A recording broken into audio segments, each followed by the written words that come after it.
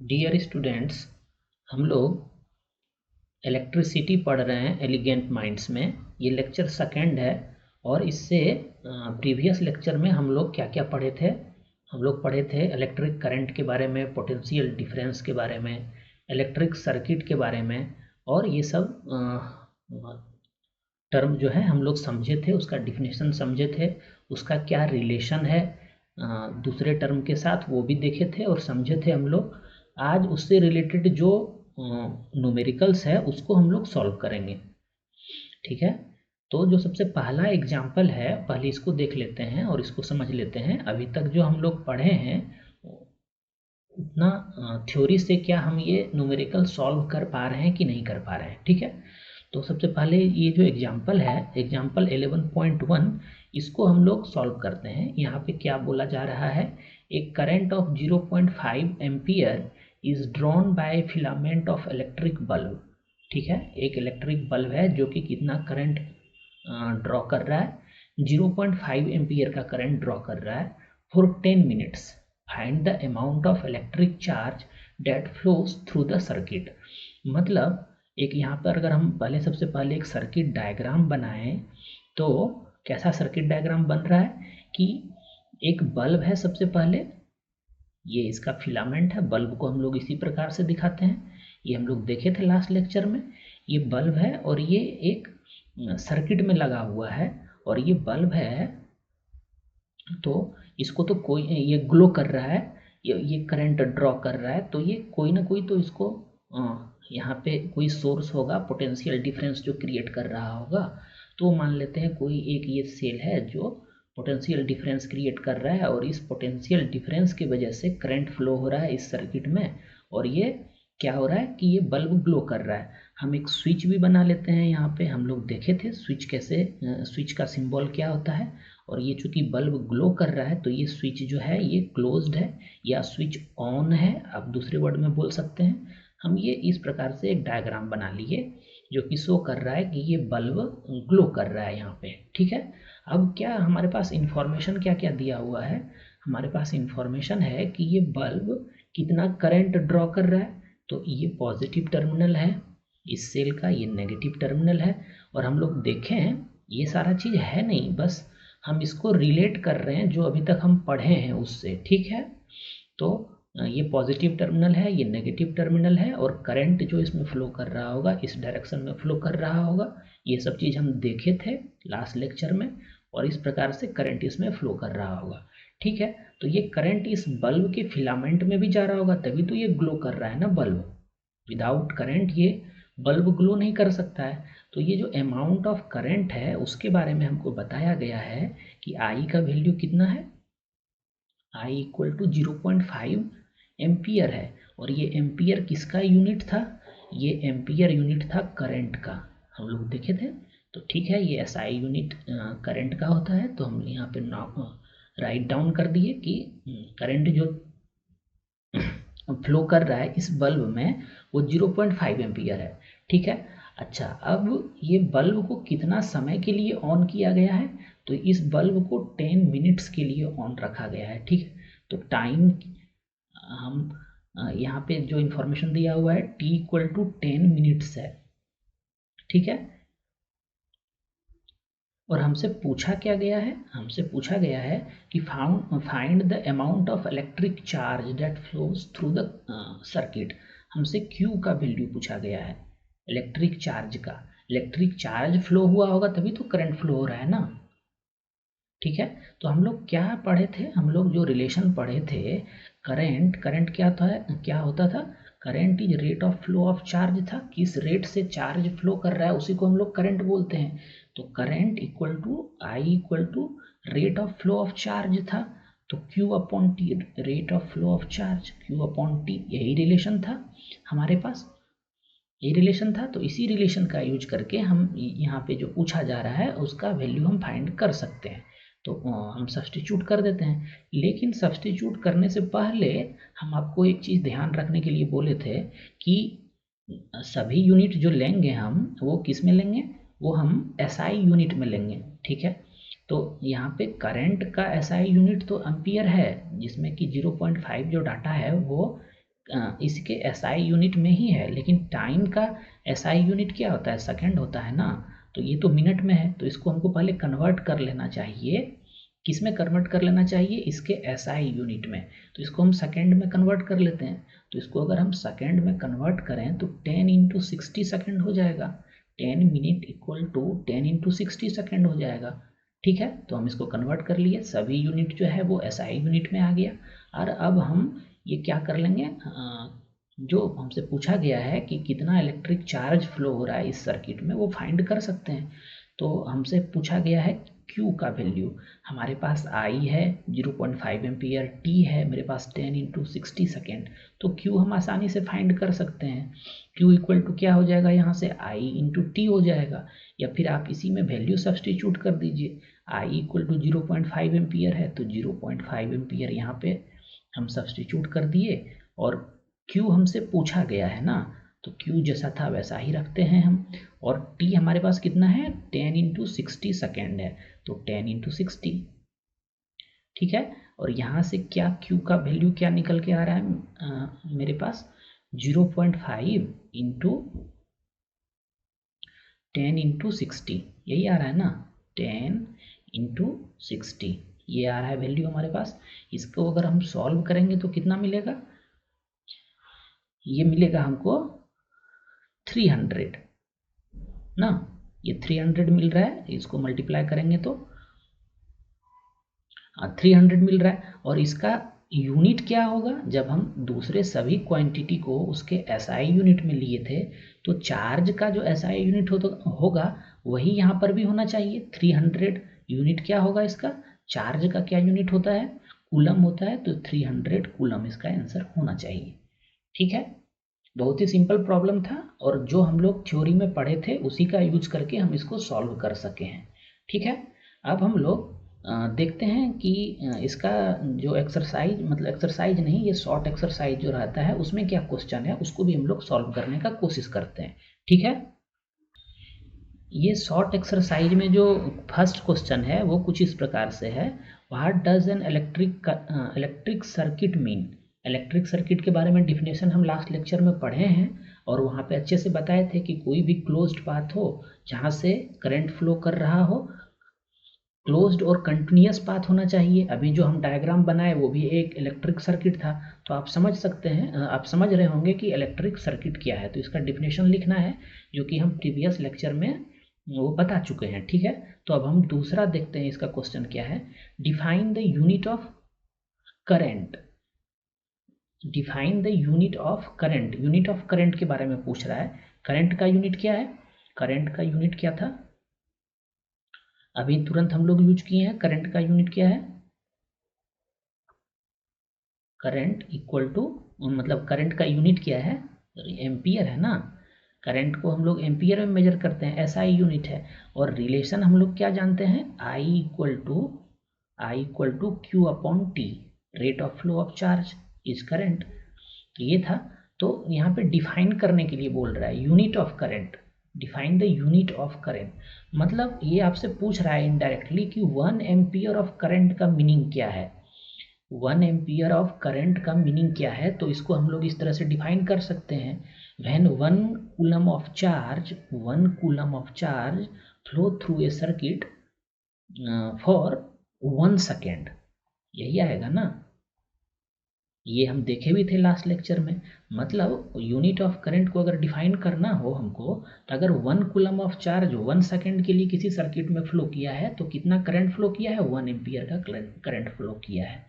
ठीक है, तो ये भी हम देखे थे लास्ट लेक्चर में, तो इसमें भी कुछ ज़्यादा कुछ है नहीं। अब हम थर्ड क्वेश्चन की ओर बढ़ते हैं, देखते हैं थर्ड क्वेश्चन क्या है। थर्ड क्वेश्चन है, calculate the number of electron constituting 1 coulomb of charge. ये इंपॉर्टेंट है, इसको हम लोग अच्छे से सॉल्व करते हैं। ठीक है, ये न्यूमेरिकल है, इसको अच्छे से सॉल्व करते हैं। क्या बोल रहा है यहाँ पे, calculate the number of electrons, हमको नंबर ऑफ इलेक्ट्रॉन्स कैलकुलेट करना है constituting 1 coulomb of charge. 1 coulomb of charge में कितना इलेक्ट्रॉन होगा, ये पूछा है हमसे। 1 कूलम ऑफ चार्ज में कितना इलेक्ट्रॉन होगा। और हम लोग जानते क्या है कि एक इलेक्ट्रॉन पे चार्ज रहता कितना है, कितना रहता है चार्ज इस पे, -1.6, ये डाटा हम प्रीवियस लेक्चर में भी बोले थे, 10⁻⁻19 कूलम। ये नेगेटिव साइन इसलिए शो किए हैं क्योंकि हम लोग जानते हैं इलेक्ट्रॉन पे जो चार्ज रहता है वो negative charge, negatively charge particle है इलेक्ट्रॉन। तो एक इलेक्ट्रॉन पे इतना चार्ज है, इतना कूलम ऑफ चार्ज है, तो 1 कूलम ऑफ चार्ज में कितना इलेक्ट्रॉन होगा, ये हमसे पूछ रहा है। ये देखिए, ये बहुत ही स्मॉल क्वांटिटी है, -19 है। आप देख रहे हैं 10⁻⁻19 कूलम है। एक इलेक्ट्रॉन पे इतना स्मॉल चार्ज का मतलब क्वांटिटी का चार्ज है। तो हमसे पूछा है कि 1 कूलम ऑफ चार्ज में कितना इलेक्ट्रॉन रहेगा। ठीक है, तो इसको फाइंड करने के लिए हम लोग क्या कर सकते हैं, ये फाइंड करने के लिए क्या कर सकते हैं कि 1/1.6 इंटू 10⁻⁻19 इतना इलेक्ट्रॉन जब होगा तब वो फिर 1 कूलम ऑफ चार्ज फॉर्म कर सकता है। ठीक है, और इसको जब आप सॉल्व करेंगे तो ये क्या आएगा, ये 1/1.6 तो रहेगा ही, और ये जब 10⁻⁻19 डिनोमिनेटर में था, जब ये न्यूमरेटर में जाएगा तो क्या हो जाएगा 10⁻19, मतलब इतना इलेक्ट्रॉन हमको चाहिए तब 1 कूलम ऑफ चार्ज वो कंस्टिट्यूट कर पाएगा।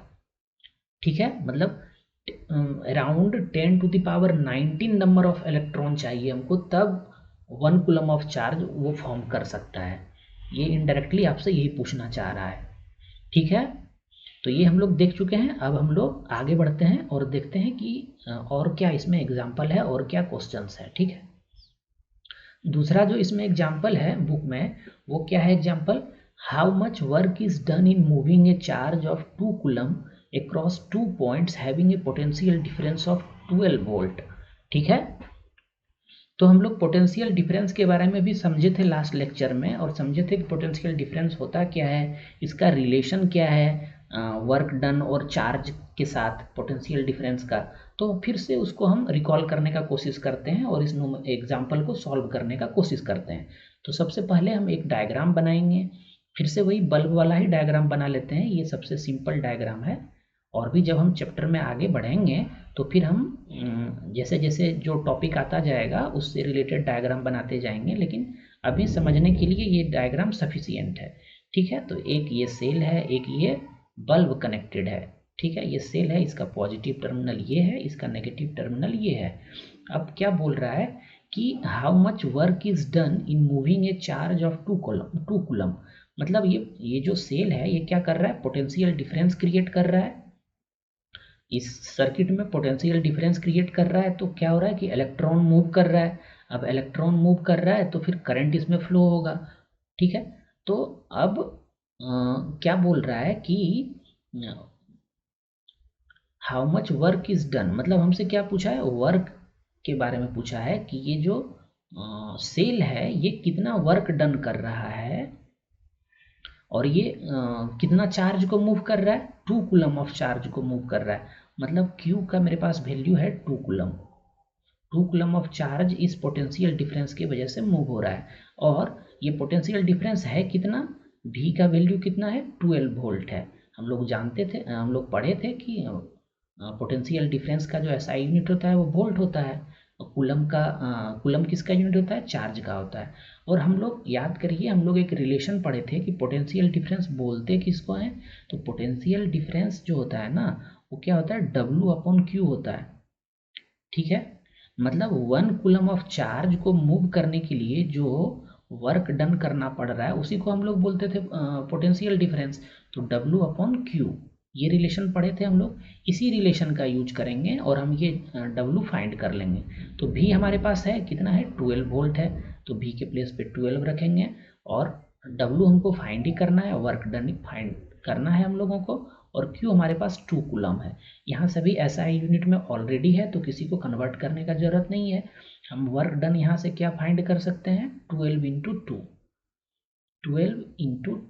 ठीक है, ये कितना आ रहा है हमारा, 24 आ रहा है। और इस 24 का यूनिट क्या होगा, चार्ज का SI यूनिट कूलम होता है, पोटेंशियल डिफरेंस का SI यूनिट वोल्ट होता है, और वर्क का SI यूनिट क्या होता है, वर्क और एनर्जी दोनों का जो SI यूनिट है ना, वर्क बोलें या फिर आप एनर्जी बोलें, इस दोनों का SI यूनिट जो होता है वो जूल होता है। ठीक है, तो जो आंसर आया हमारा इसका जूल होगा, जिसको कि J से डिनोट करते हैं। तो ये वर्क डन जो होगा वो 24 क्या होगा, यूनिट इसका जूल होगा। ठीक है, तो ये न्यूमेरिकल भी सॉल्व हो गया, ये भी हम लोग देखे हैं, इसको भी समझे थे। इस रिलेशन को हम लोग प्रीवियस लेक्चर में समझ चुके थे क्या होता है ये, और इसी रिलेशन का यूज करके हम लोग यहाँ पे वर्क डन फाइंड कर लिए। ठीक है, इसका मीनिंग है कि 1 कूलम ऑफ चार्ज को मूव करने के लिए, 1 कूलम ऑफ चार्ज को इस दो पॉइंट के बीच में मूव करने के लिए हमको जो वर्क डन करना पड़ रहा है ना, वो 1 जूल का वर्क डन करना पड़ रहा है। ठीक है, 1 वोल्ट पोटेंशियल का मतलब क्या है कि हमको 1 कूलम ऑफ चार्ज मूव करने के लिए इस दो पॉइंट के बीच में 1 जूल का हमको वर्क डन करना पड़ रहा है, तभी तो ये 1 वोल्ट के बराबर होगा। अगर V के प्लेस पे 1 वोल्ट लेंगे तो वर्क के प्लेस पे 1 जूल लेना पड़ेगा, और Q के प्लेस पे 1 कूलम लेना पड़ेगा। ठीक है, तो ये पूछा गया था आपसे। फिर नेक्स्ट क्या है देखते हैं, how much energy is given to each coulomb of charge passing through a 6 volt battery. ये क्वेश्चन इंपॉर्टेंट है। क्या बोल रहा है यहाँ पे कि how much energy is given to each coulomb of charge passing through a 6 volt battery. देखिए एनर्जी आपसे पूछा है, V इक्वल टू हम लोग क्या रिलेशन पढ़े हैं, W वर्क डन अपॉन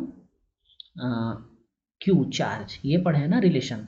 तो पूछ क्या रहा है, how much energy is given to each coulomb. Each coulomb मतलब क्या हो गया कि 1 coulomb of charge, 1 coulomb of charge. ठीक है, तो अगर हम Q के प्लेस पे 1 कूलम रख दें, ये 1 कूलम ऑफ चार्ज के बारे में बोल रहा है ना, given each coulomb of charge, तो चार्ज कितना है, 1 कूलम है, passing through a 6 volt battery. तो 6 वोल्ट यहाँ पे भी कितना है, 6 वोल्ट है, 6 वोल्ट है। और अगर हम वर्क डन निकालें यहाँ से इस रिलेशन से, तो वर्क डन हमारा क्या निकल के आएगा, 6 × 1 आएगा निकल के इस रिलेशन से। मतलब कितना निकल के आया, ये 6 जूल निकल के आया। और जितना वर्क डन होगा उतना ही एनर्जी भी, तो अभी तुरंत हम देखें ना, work is equivalent to energy.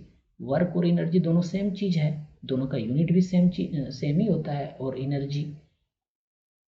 तो इसका आंसर क्या हो जाएगा, इनडायरेक्टली आपसे वर्क पूछ रहा है कि how much work in done for each coulomb of charge passing through a 6 volt battery. तो एनर्जी भी उतना ही हो जाएगा और वर्क डन भी उतना ही हो जाएगा। ठीक है, तो इसका आंसर क्या हो जाएगा, कितना, how much energy is given, कितना एनर्जी दिया जाएगा इसको, 6 जूल का एनर्जी दिया जाएगा। जितना का वर्क डन का जरूरत पड़ेगा, जितना वर्क डन होगा उतना ही एनर्जी का भी जरूरत पड़ेगा। तो 6 जूल का एनर्जी का हमको जरूरत पड़ेगा। तो 3rd नंबर क्वेश्चन का आंसर 6 जूल हो जाएगा। ठीक है, ठीक है, और भी है क्या इसमें कुछ, अभी और कुछ नहीं है। फिर हम लोग इससे आगे जो टॉपिक है, जो इसमें इस इलेक्ट्रिसिटी चैप्टर में जो टॉपिक है उसको हम लोग नेक्स्ट लेक्चर में कवर करेंगे। अभी के लिए बस इतना ही है। अगर मेरे लेक्चर से आपको कुछ बेनिफिट हो रहा है तो आप हमें लाइक करके, शेयर करके और सब्सक्राइब करके जता सकते हैं।